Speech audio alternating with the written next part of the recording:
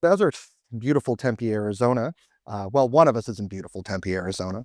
This is Politics and the Past with Robert Ferguson, brought to you by the Center for American Institutions at Arizona State University. My guest today, who we are very fortunate to have on, is Dr. Scott Lucas, professor of international politics at University of College Dublin and the editor-in-chief of EA WorldView. Dr. Lucas, thank you for coming on. No, man, it's my privilege. Hey, big shout out to y'all here from the very cloudy east coast of Ireland. So at least we got the sea. But a big shout out to ASU because we teach some of their students who come over for the semester, and they're absolutely top notch folks. So keep sending them our way. It's a real pleasure. Well, we definitely will. I got to tell you, I'm so impressed. This is my first year at Arizona State University. I'm just very impressed with the quality of the student that I'm getting to Yeah. teach. Yeah, Uh, if only you can make sure the basketball program got up to scratch, but we'll leave that for another discussion. All right. right, right. Um, so, Dr. Lucas, would you mind telling us a little bit about EA Worldview? Yeah. So EA WorldView, I started as a journalist back when I was 16 as a sports writer back in Alabama, and then was a news journalist for a while, but I went to academia for a long time. But around the start, about 25 years ago, in the run up to Iraq 2003, I thought, look, as an academic, it takes months, years to get out there. We need to be covering on a day-to-day basis, with just as much in terms of analysis, cut to the core of what's happening. And that eventually led to EA Worldview. It launched in 2008. It started off as a U.S. politics and foreign policy site for analysis, but very quickly, I think our ethos was, if you're really going to be working with the world, you need to work with the world from the ground up. So you we had a series of cases that moved us that way. The mass protest in Iran in 2009, and of course, more than 16 years later, we've had a recurrence of that, sadly, brutally repressed by the Iranian regime. The events in the Middle East, the so-called Arab Spring. So we began developing coverage, for example, of Syria, which we still maintain to this day, um, UK and Europe, including the whole problem post-Brexit, uh, Middle East, uh, beyond Syria, Israel, Gaza, what has been happening there. And then when Ukraine kicked off, when the full-scale Russian invasion in 2022, we said, look, we're going to cover this on a daily basis. And here we are, what is day 1428, 1429. And that's what we're doing, as well as a lot of video, a lot of audio work, including taking this conversation and uploading it there.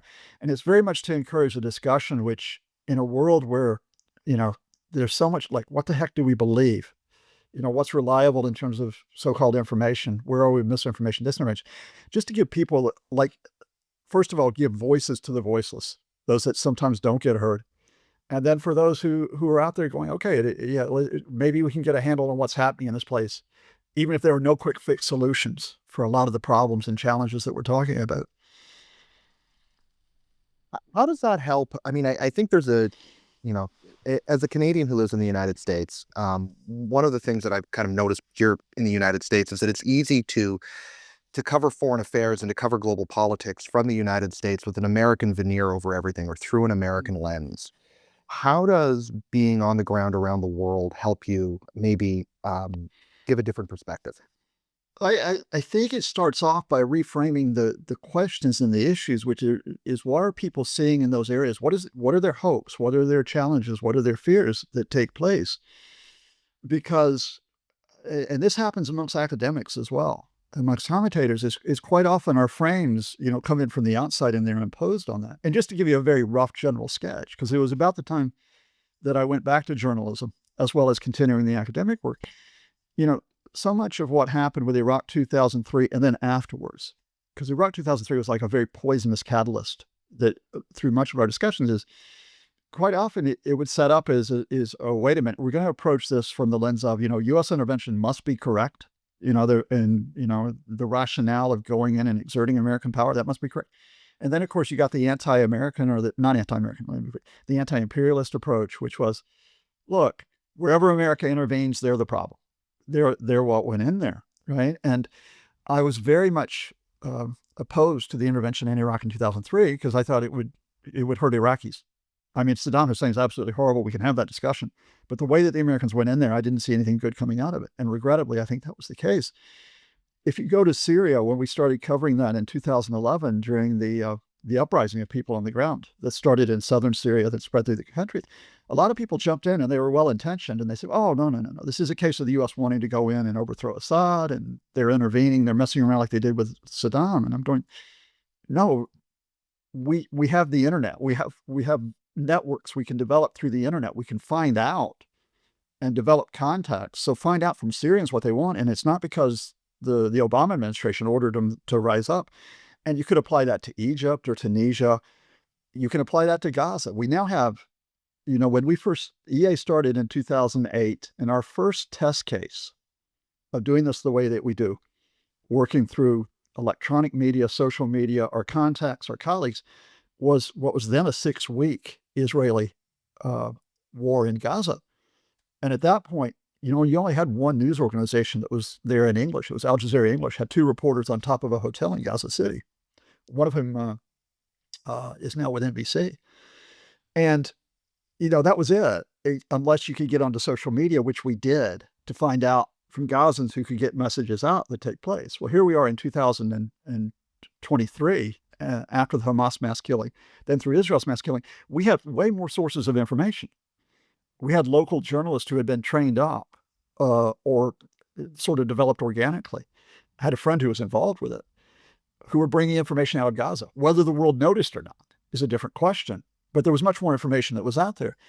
And I think, if you talk about Ukraine and Russia, just to go with the frame, the frame so often when we talk about the full-scale invasion that started in February of 2022 is you would have one framing, which is very much that this was something in which the Russians had carried out an invasion and they had attacked a neighboring country and so on. But then you had another framing, which is like, this was all in NATO. This was NATO that caused this. This was the United States, and that they were trying to knock back the Kremlin, and they had surrounded it and so on. Look, I was in contact with Ukrainians and with Russians, and he's like, "Look, what's going on here? What's working on here?" And you realize Ukraine, this is a hugely complex situation, which we might discuss, but there's a fundamental, which is no, this was not an issue to be anti-imperialist, at least in the sense of anti-U.S. imperialism, that they had caused the 2014 Maidan Revolution, something I've been pushing back on social today from a couple of people that continue to run the disinformation. Nor in 2022 did Vladimir Putin react because he thought he was going to be overrun by NATO. All you had to do, and people would point to it, is go to his essay in July of 2021, where he frames Ukraine and effectively delegitimizes it as a sovereign nation. It's out there. And I think then as you go on through the 4 years of the invasion, because there's always fog of war issues that we have to deal with, but now there's fog of diplomacy, fog of economics. You've got to cut through the lines to say, what do we know from the ground? What do we not know as well, to acknowledge the gaps? And then, while you not necessarily solve anything, you get into a much better position in terms of understanding what's going on.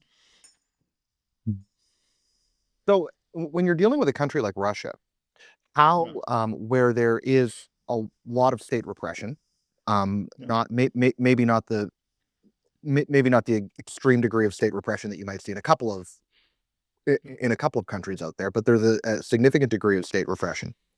How are you able to stay in touch with, or how are you able to still get good information from on the ground in a place like Russia? Yeah, I mean, the first thing is, and you'll notice as well, is that the challenge quite often is when you get something that claims to be information, you have to try to validate or sometimes triangulate it, try to find corroborating sources.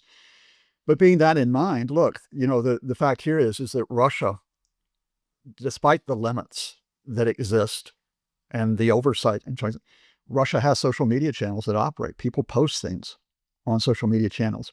I think one of the most accessible in terms of outside Russia you talk about is Telegram, right? You get Russian officials that will post on Telegram, each and every day.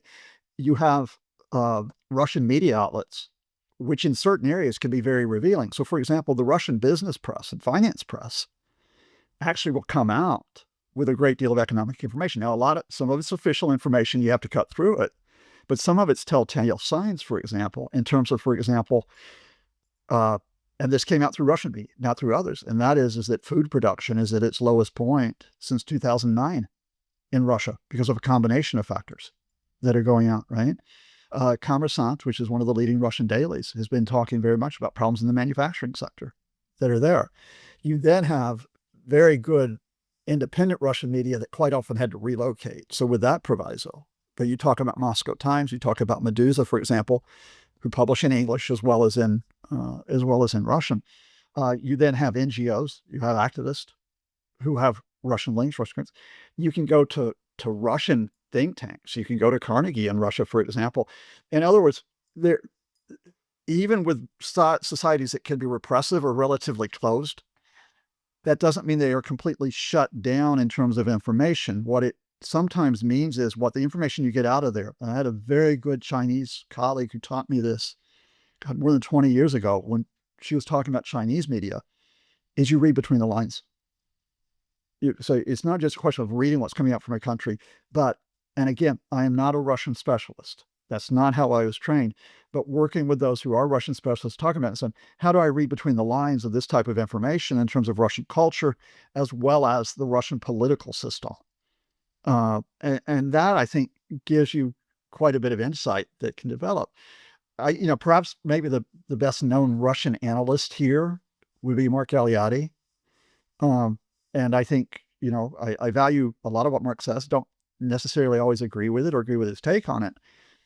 But you can pick up what Mark says, and then you pick up other people that I work with, some of whom contribute to EA, who will come in with different perspectives. And I think the one rule is I'm always a perpetual student on this, in the sense that no one source is going to give me the answer. No one source is going to give that. So it's just taking in as much as you can and thinking about it as this evolving dialogue in terms of, all right, not only where are we now, but what are the parameters of what could be happening in the next 6-12 months. I'm really your comment about how the business and financial press in Russia, there still has to be reliable information coming out of it is really interesting. And I mean, there's reasons for that, right? I mean, if you're still trying to attract international investors, or you're still trying to keep a capitalist economy going, people have to trust some information in order to make investment, right? And if they think that they're only getting propaganda, then people just are not going to invest. There has to be some reliability of information, including that. And that means that being honest when there's things that are going on that are bad. Maybe not perfectly honest, but at least a degree of honesty.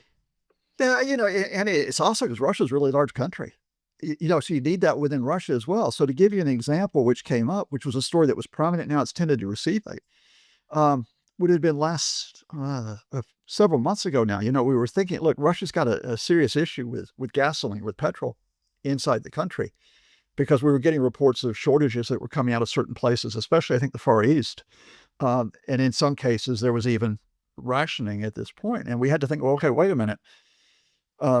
First of all, that information was coming out from Russian sources, because you cannot simply keep people in the dark. They wind up going to petrol stations like there's no petrol there, right? So they've got to come up with some explanation for what is happening there. And then you had to put this all together and say how much of the explanation from within Russia matches up to what we know.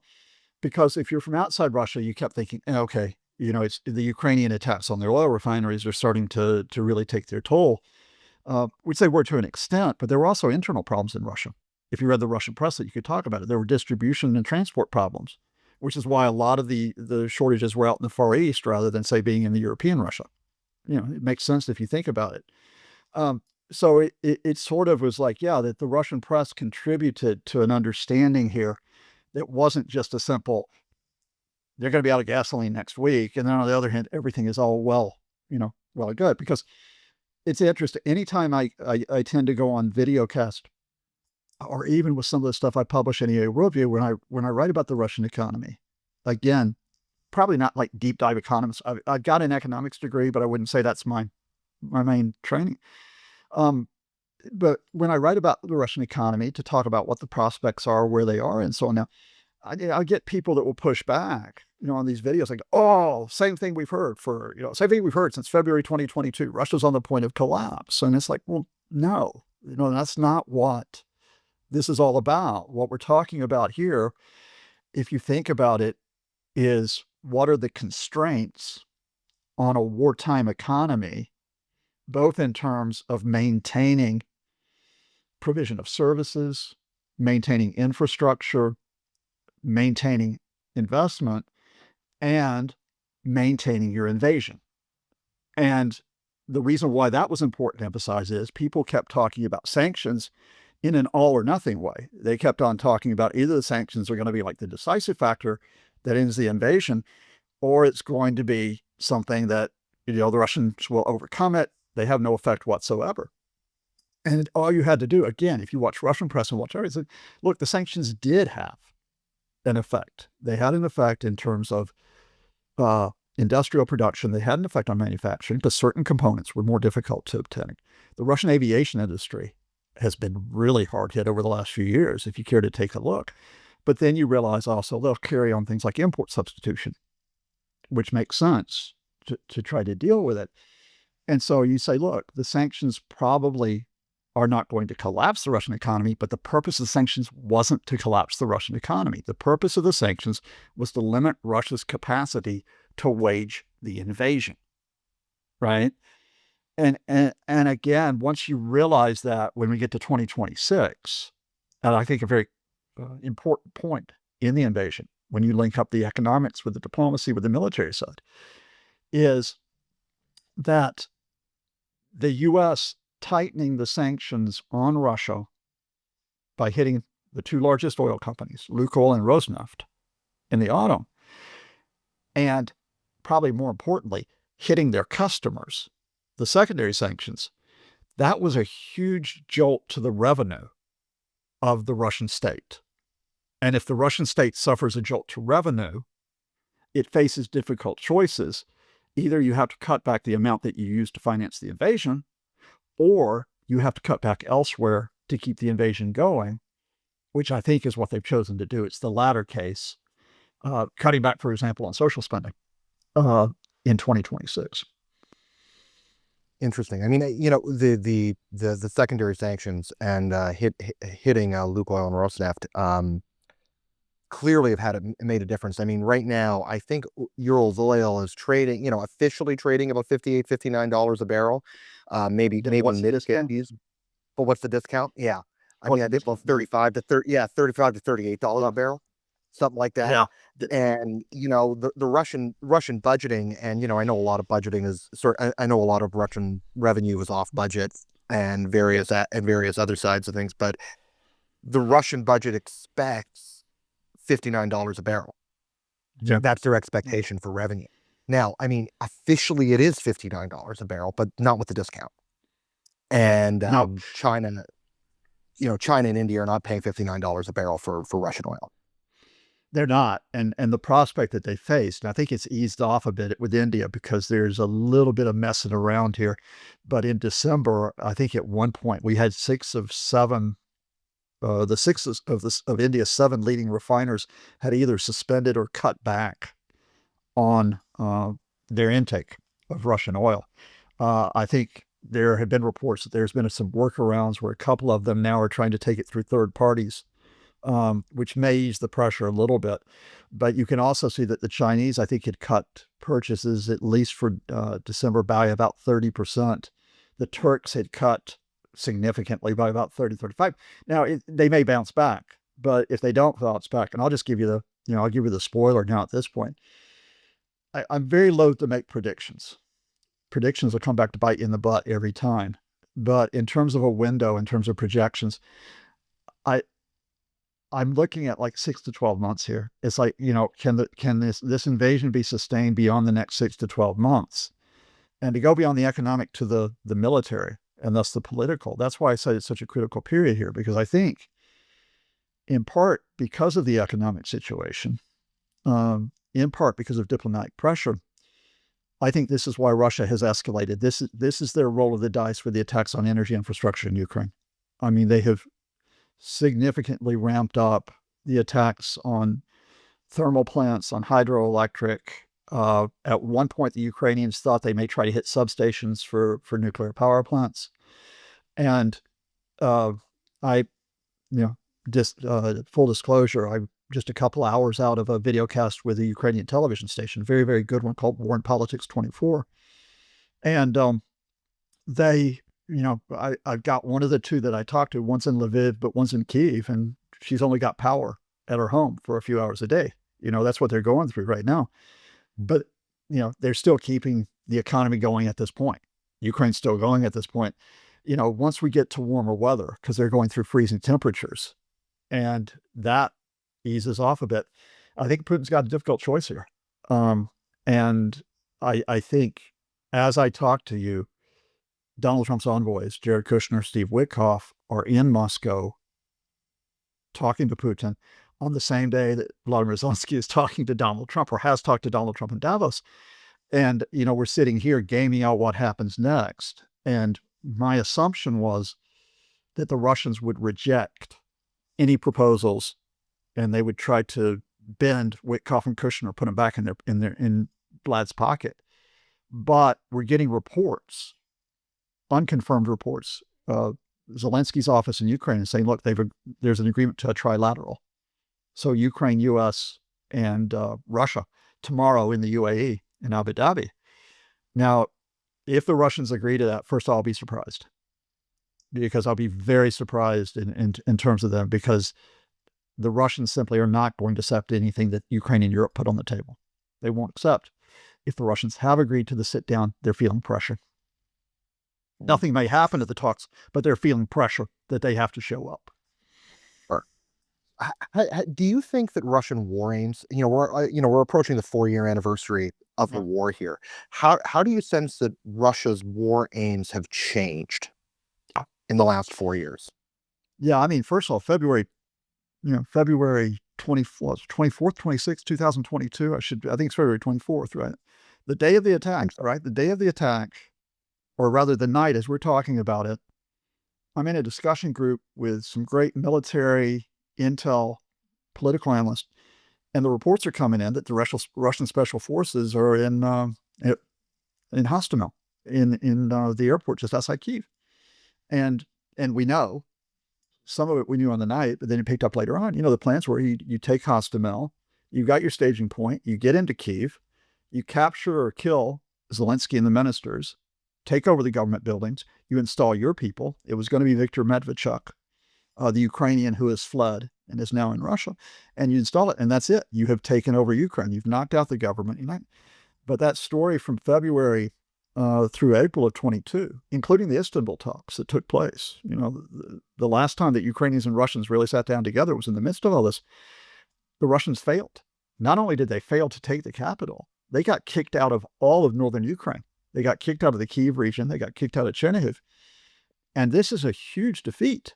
The world's second largest army has not been able to sweep in and overwhelm a military force which is small, far smaller than that, and a president in Zelensky who was considered inexperienced. I mean, remember this. This is how strange.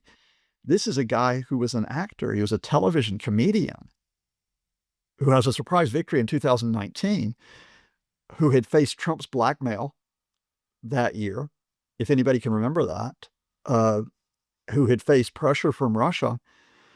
And now, having not really expected the invasion, because he didn't expect it, now he's got an emergency situation. And the night of the invasion, just to talk about it, he and the ministers go outside by the lights of the mobile phones, and they record the message. And the famous line, which is now entered folklore, especially for Ukrainians, is, "I don't need a ride, I need ammunition," right? So, and the fact is that those initial Putin war aims, we need to make sure that they are out there, that that that's what they want. Now, what happens is that the combination of that in 2022, and then the Ukrainian counteroffensive that took back a great bit of the Northeast, right, including near Kharkiv, and then took back part of the South, especially near Kherson, including Kherson City. Now the Russians are losing more territory, and they've got to recalibrate. And if you track this war, by 2023, we were actually talking about whether the Ukrainians could sweep further. They then have their own failed counteroffensive that takes place. And I think at that point from 23, what we're settling into is that the Russians, through a grinding war of attrition, are going to try to do two things. They're going to try to occupy all of the Donbass, the Donetsk and Luhansk regions in the east. Now, we can get into the cultural reasons for that. A lot of Russian speakers there in 2014, months of the bloody conflict that took place there after the Maidan Revolution. They also want to take the regions in the south. They would like to get all of Zaporizhia, all of Kherson. They'd like to leave the potential open. They can get all the way across to Odessa along the Black Sea coast. So they're only going to try to occupy part of Ukraine that takes place. But what they're going to try to do is they're going to try to put so much pressure on Ukraine and try to grind them down where they can get the Zelensky government out of power. And they're going to try to get it where the government in Kyiv will have to negotiate a state of permanent weakness. And by permanent weakness, I mean no security guarantees. Of course, no question that Ukraine would be going into NATO, but no significant Western military aid that comes in. No Western forces inside the country. That's an absolute red line that they would put down. And they keep Ukraine dependent in that sense. Whether or not Ukraine can try to join the EU, they don't have the security to support those economic aims. That's what they're going to try to do. And I'm sorry to give you the long-winded explanation because now I can cut to the chase. Where that is in 2023 is where we are in 2026. And there's the 5-word phrase, and you'll know it, but just to make sure that you great viewers know it as well. Root causes of the conflict. That's the Kremlin's code for we have these conditions that we will not negotiate. We will not negotiate these territorial ambitions. We will not negotiate on these security guarantees. We will not negotiate in terms of the type of Ukrainian government that we have. And I'm always careful with quoting Dmitry Medvedev, first of all, because I'm not quite sure which planet Dmitry Medvedev is, depending on which cabinet he's been raiding, and you know exactly what I'm talking about. And also because Dmitry Medvedev is there trolling all the time. But Medvedev repeated it this week. We're going to get Odessa. We're going to get all these territories. I think if you look at other Russian voices, not just Medvedev, you'll realize they still have those fundamental demands that they're not letting go of. And if you read it a step further, I don't think they'll let go of it. I don't think they'll let go of it because here's another fundamental. You not only read situations, you read people. And for Vladimir Putin, this was to be his legacy. He's in his 70s. He's been in power, 25 years. I think it's fair to say, and your other Russian specialists can correct, I think he's got a very mixed record on Russia domestically, on how Russia has developed. He has a very mixed record on Russia internationally. I think it is, he has not achieved in establishing it as a global power. I think it is isolated in many respects. But here he could go back to his people and say, we got Ukraine. It's part of greater Russia. This centuries-old ambition. And you know how Putin, you know the stories about how Putin likes to talk to people. This is why he blew up the Alaska summit with Trump in August. He started talking to Trump about Russian medieval history. And Trump's going, what? I thought I was going to get the Nobel Peace Prize. And so, and this is Putin's read. This was to be his legacy. It's hard to give up a legacy, man. No matter how difficult it might be to achieve it, it is hard to give up a legacy. Because if he doesn't take all of the Donbass, that's a failure, point blank. He might have all of Luhansk and part of Donetsk, but it's a failure. Yeah, I mean, I think that's, yeah, absolutely. One of the earlier in the conversation, you mentioned this interesting comment about how Russian food production is as low as it's been since 2009. I honestly think one of the legitimate one of the legitimate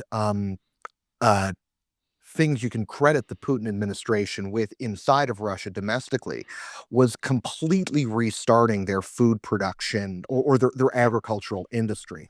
I mean, Yeah. Russia has this, back in the imperial age, it was the grain basket of the world along with the United States, arguably some of the greatest, uh, soil in the world for growing grain along with Ukraine.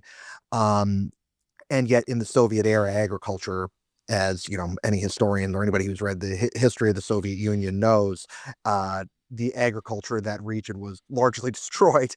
And Yeah.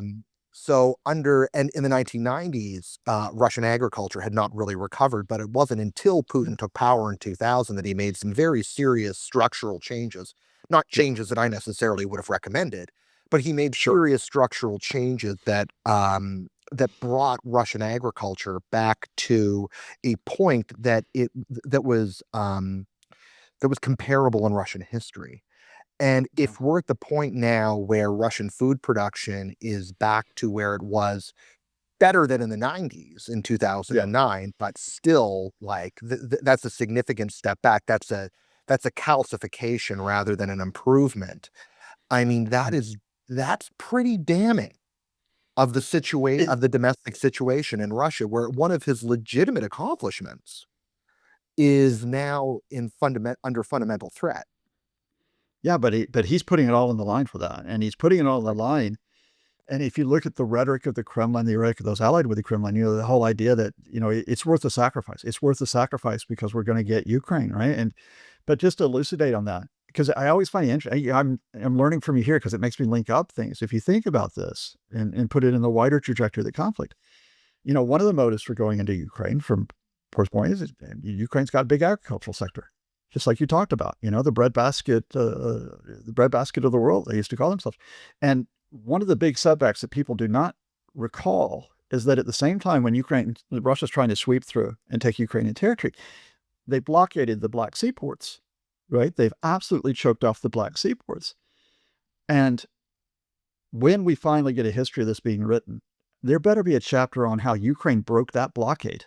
I mean, the absolute, the counterattack against Russian naval forces in the Black Sea, and then combined with the diplomacy where they could open up that corridor in the Black Sea, and Russia has not been able to close it back. So what you've had is, on the one hand, you haven't been able to starve Ukraine out, which is what they were trying to do, and on the other hand, your own food production is sinking. And we're actually seeing that kind of thing in terms of energy sector as well. That's why energy is so vital at this point.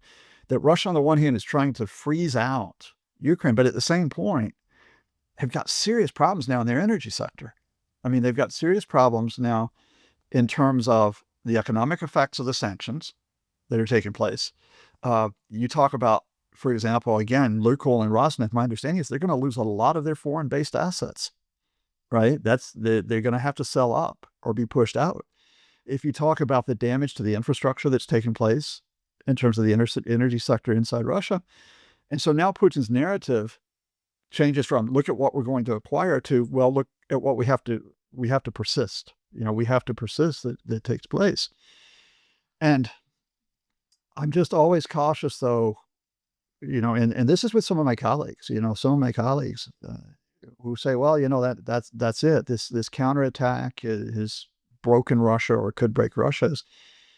And this is where I defer to Russian experts is, look, my understanding of Russian history, especially on a video cast talking about the past, is that you have a cultural narrative, which is one which is built around sacrifice quite often. And Russians have sacrificed. And we can talk about the World War II sacrifice in a defensive position. We can talk about the sacrifice that has occurred when they've gone on various adventures, even Afghanistan in the 1980s, right? How long can you carry on with a narrative of sacrifice and maintain legitimacy with enough of your population to persist? I'm not smart enough to answer that. But that's the question in my head. I mean, the only parallel I can think of is 1917. Yeah. That's the only example I can think of where eventually the Russian government asked the Russian people to sacrifice too much. Yeah. Yeah. And I guess we got to that point in the 80s. I guess, the combination of adventures like Afghanistan and then internally, and that's when Gorbachev finally has to change the narrative and, perestroika, glasnost, and off we go. I think the difference here is, yeah, go ahead. But I was just going to say, but in that case, Western banks had extended so much credit into Russia that there was a leash that was applied as well Right, after a certain point, right? Yeah. but in this case, that's not the situation. It's not like, in the 80s and the early 90s, with those Western loans, Western governments could say, hey, we're not gonna underwrite these loans anymore, and that allowed a certain amount of control over the situation that this time we're not going to see. We don't All have right. that capability, at least. Okay, so sanctions can't exert that control in a very different instrument. I understand sanctions can't exert that control. I think that's fair enough. I think the other thing is, and again, be interested, because you're doing a great job with these video casts. So to learn from you and the answer to this question is, you know, you had a new politician in Gorbachev in the 80s, or someone who went a new way. I can't see, who, if everybody said, look, Putin, you've done your best. It's time for you to walk. You haven't been able to achieve it. Someone else go in and reframe this. I can't see who that would be at this point. Um, The Yeah. United Russia is not the Communist Party of the Soviet Union, right? It doesn't have the same type of, its ideology is so personalized that, you almost can't imagine a successor in the same way that even though the Communist Party of the Soviet Union post Brezhnev didn't have a lot of great successors lined up, there was at least like an established uh, protocol for promotion. Yeah, okay. Yeah. And And so there's no political figure of stature. Again, Medvedev's off in the cabinet somewhere, so it ain't gonna be him. And Shoigu's been sent off playing at being Secretary of the National Security Council. So yeah, okay. How serious, by the way, look, how serious was the Prigozhin challenge in 2023 from that's not just a military but political standpoint? Yeah. my sense is that's been the greatest threat that Putin's actually faced. The That's what I greatest thought as well. threat. That's what I thought. And the one thing I don't have a read on again is how many people within the Russian military were actually working with Prigozhin or willing to accept Prigozhin at that point in 23, and how many of them remain within the military. But now 2.5 years later. I mean, I think my sense is intelligently, most of those Russian officers that would have been in the position to make such a decision, we're not going to put them, we're not going to put their necks on the line out yet for Prigozhin, Yeah. right? Yeah. But had he gotten to the Kremlin, had there been a situation where it's like, hey, they got the orders from the Kremlin, you need to shoot down Prigozhin's forces here. And they would have just said, you're breaking up. I can't quite get, I'm not quite getting the order here. What's going on? Oh, you want me to go this way, right, or that way? Um, so it's hard to say. What I do think it tells you a lot about that situation is the fact that, that tells you a couple of things. First of all, though, that there certainly wasn't the ability to stop those forces for a very long time.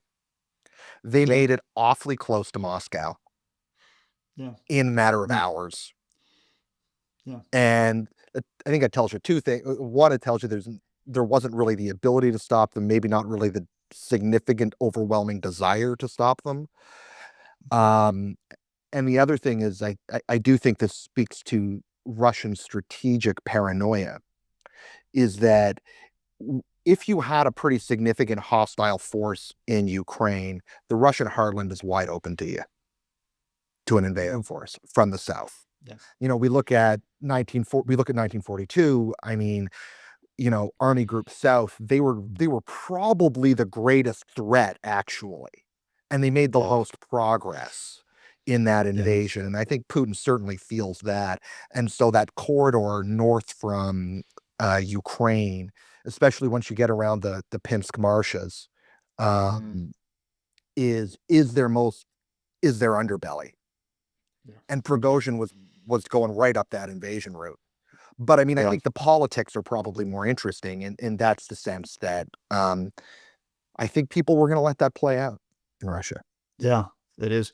I mean, I still wonder if Prigozhin was as good a politician as he was a militia figure at that point. Russian history would have been very different. Would have played out very differently at that point.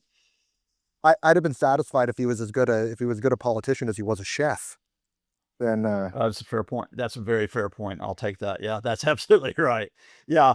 But I think, but if we bring it back around here, what I'm sort of saying, and again, it just full disclosure, it's being in that interesting position where I'm doing 2 video casts a week with this Ukrainian channel. So, you talk to him about what's happening and then just lay it out to him. And so, yeah, I think realistically here, this, they asked me today, they said, look, every time that Trump and Witkoff say, oh, peace is around the corner. And I say, well, look, if I had $1 or a ruble, even a ruble for every time they said that, I'd be a wealthy guy. I wouldn't be talking to you. And I have this sense that we're still in a marathon here. We are not in a sprint here. And whether it accelerates and we get 6 months from now, but I just think this is going to keep going, to be honest with you. I fear that you're right. One of the things about war is about asking very difficult political questions of your opponent. Yeah. And in this case, I don't think either Ukraine or Russia are done asking each other questions yet. No, they're not. The question is how they're answering the questions. We'll see how it comes out of Witkoff and Kirshner today, which comes out of Moscow. But I will say, and maybe we could pick up, I'd love to chat to you again, but if you were to pick it up off the Ukraine side, I think what's been interesting off the Ukrainian side, it's been a great deal of adjustment in the last few months on the play. And this is something that doesn't get as much play in the discussions. I think Zelensky faced one of his most serious challenges to his own rule, and that was from within Ukraine, which was the corruption scandals. And I think the interesting point here is I've got a lot of time for Zelensky. It's not like yay Vladimir, but I've got a lot of time for Zelensky in terms of watching how he maneuvers and so on. He had a chief of staff who was absolutely corrupt, and the investigators are now saying that. And he was dragging Zelensky down. Okay, Andrei Yermak is gone. He's been replaced by Kirill Budanov, who was head of military intelligence and one of the most respected figures in Ukraine by Ukrainians. So they have shored that up. They also, because of that major scandal in their nuclear energy industry, basically kickbacks that were taking place, they got rid of the energy minister, got rid of the deputy.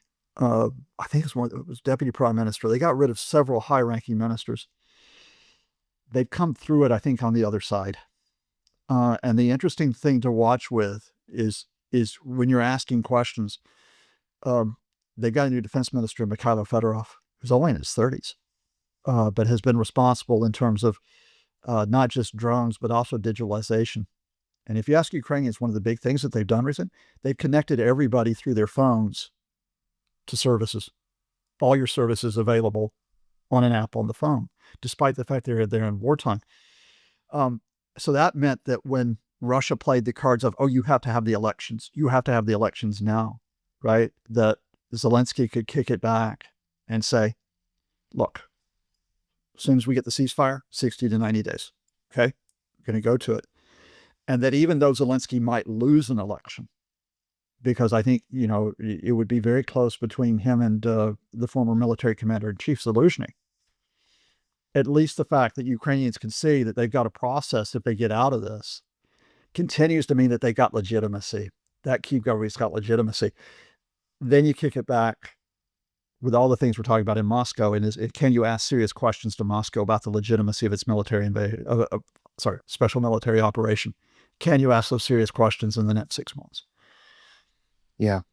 Yeah, actually, in fact, one of the shows that I've got coming up in a couple of weeks is with a gentleman who is he lives in Transcarpathia, and he's a really good Ukrainian political, does a lot of deep dive into Ukrainian politics. And our goal is to talk about what Zelensky's domestic political position actually is in the country. I would be your first viewer on that, man. I'd be absolutely first viewer to get into that. But anyway, so what at this point, we've actually, I'm going to go back to the corruption scandal a little bit. Where are we at? And maybe we're a little too inside baseball here, but I know that Yulia Tymoshenko's name came up again in another corruption scandal. Where's that at? Tymoshenko's on bail. I think she was bailed for about I think it was the equivalent of $800,000, if I remember correctly. So it's pretty high bail that was set. And she gave this speech of, you'll never push Tymoshenko out of Ukraine. Yeah.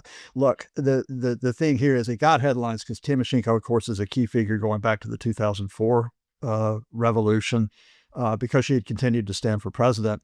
But her party, I think, had maybe 25 out of 450 seats in the Ukrainian parliament. It was not a significant force that took place, and so it was. Although it's important for transparency for Ukrainians, and I'll give you a comparison in a minute that just highlights this conflict. It was important that she face accountability because the accusation is pretty serious, which was paying off people for votes. Given that her party doesn't have a large bloc, she's trying to get others to come in there and come in and be on her side on legislation. I think the far more serious cases than Tymoshenko, which have run for months, were the scandals within the defense ministry. Now, this goes back to 2023 when the defense minister was Resnikov. And this was the tenders that were supposedly going out for basic supplies for the army, including food. And people were getting money to get the tenders, and they were at inflated prices and all of that. Then you had the combination, however, and this is what was really serious. You had to remember that with Ukraine being attacked by the missiles and the drones trying to knock out the energy infrastructure, here you have the corruption scandal in the energy industry, in the nuclear energy industry. And the fact that it is Yermak. And for those of you who follow, Ukrainian events, look, Zelensky, the way Ukrainian politics works is you got to have some influential people, some schemers who are working with you, right? This isn't an angels or devils thing that takes place. Yermak was one of those people. And the fact is that a lot of people knew in Ukraine that he was dodgy. A lot of Western people knew he was dodgy. If you go back and look over the past couple of years, articles that came out from European and American officials about Yermak, you can start reading what they're talking about, that he needed to go. When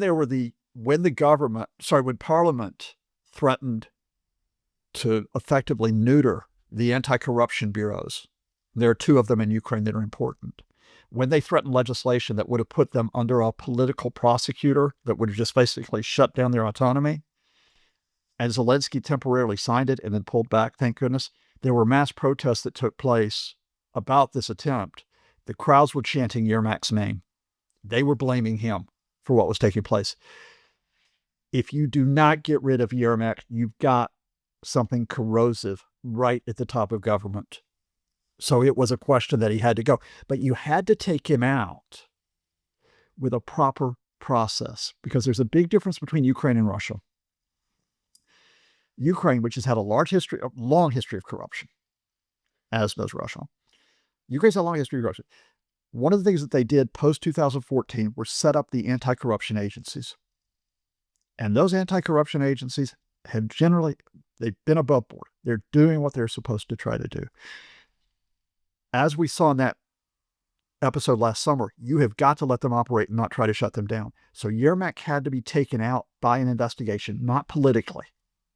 Politically, you get people scrapping and so on. And they got him. They got him with evidence. It still would have to be tried in court, but of course he's fled. He's in absentia now.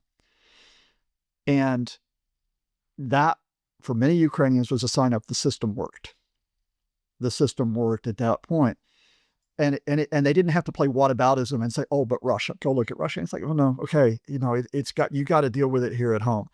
And I think that gives Zelensky a little bit of leeway as we go through the current energy crisis, because the huge political scrap right now is between him and Mayor Klitschko in Kyiv, the former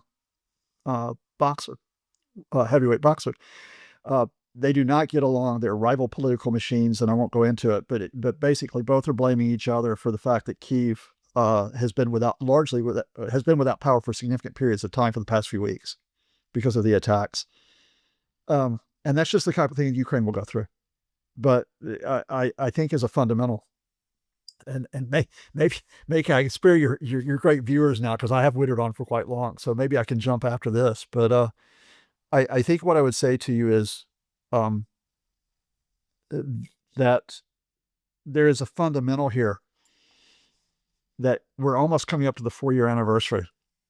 And if you could have said in February 22 that politically, economically, and militarily that Ukraine would survive this, who would have gone down to the bookies and placed a bet on that? I mean, who would have gone down to it? And we could bring up cultural legends about how brave the Ukrainians are and so on, and they are brave. That's not just a legend. But the fact is that, 4 years later, and so every time Trump comes out and gives Putin a pass, and as I speak to you, of course, Putin has the invitation to join the Board of Peace for Gaza while he is still under an arrest warrant from the International Criminal Court for the abduction of Ukrainian children. So get your head around that. He's on Trump's Board of Peace while being under arrest. And every time that Trump goes after Zelensky, that he supposedly only has 4% support, that it's corrupt and so on. Look, flawed system, Ukrainian system, flawed system, but man, it's still going. Still on, it's not on its knees. Yeah. Can we expect more, especially as this game is being, I mean, that this war is being played out at the diplomatic tables and across the world as well. Can we expect more attacks like the Oreshnik attack that we saw a couple of weeks ago from the Russians, more missile strikes like that, do you think? Or is this a if they want to fight their child. one time? Pardon me? Well, it was a one time. It was a one time that may repeat itself. I mean, okay, that's the second time the Oreshnik's been used. All right. So why is it used at that point? Where is it used? Okay, it's used near Lviv. Lviv is about 60 kilometers from the Polish border. Right. So why are they firing it then? Because we're in the midst of the discussion of the Ukraine-Europe proposals. And we have to see if those are the proposals that Witkoff and Kushner put to Putin today. But those Ukraine-Europe proposals had gotten to the point where not only did you have security guarantees, which would include European forces, probably British and French, inside Ukraine, but the Americans had agreed to participate. And what had the Americans agreed to do? They had agreed to oversee aerial operations. Where would those aerial operations be based? They wouldn't be based in Ukraine. They would be based in a neighboring country. What is a possible candidate for one of the neighboring countries where you could have the U.S. supervising the operations? Poland. I can't guarantee you. I'm not there when Putin makes the decision and so on. But that to me is the read on why they fire the Oreshnik at that location, which is we can do this. It could have a more powerful warhead on it than the one we actually sent over this time. So if the conditions get such that they feel cornered, then they could do it again. What I'm watching for today, and I'd love to come back and talk to you this because we'll see how it plays out, is because we got like two things you got to read signals off of. You got to read it whether Zelensky played Trump well to keep Trump in a good mood, where he doesn't wind up falling under J.D. Vance's spell again, like he did last February, and ambush him. But then you got to read Witkoff, a real estate developer, and Kushner, Trump's son-in-law, who simply is a money guy. Do they honestly put forward the Ukraine-Europe proposals, which they've agreed to? Do they honestly put those forward today? Or do the Kremlin get them to set that aside and get back to the ultimatum that Witkoff and Kushner crafted with Putin's finance guy, Kirill Dmitriev, in late October? This is the challenge of an analyst. There's not a single possibility here.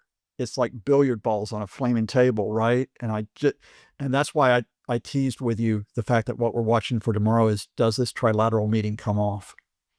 Which gives us another point of reference. Do we say, okay, we got to this point, then what's next? All right. Well, Dr. Lucas, I don't want to take up any more of your time. You've been gracious enough. Thank you very much for coming on. It's been a great discussion, and I hope January in Dublin is a little more cheery than maybe it's been so far. Well, look, you come over here, I'll buy you a pint of Guinness, and we won't worry about the weather. Hey, my thanks to your viewers, and look, I would love to do this again, so really appreciate it. Thanks very much.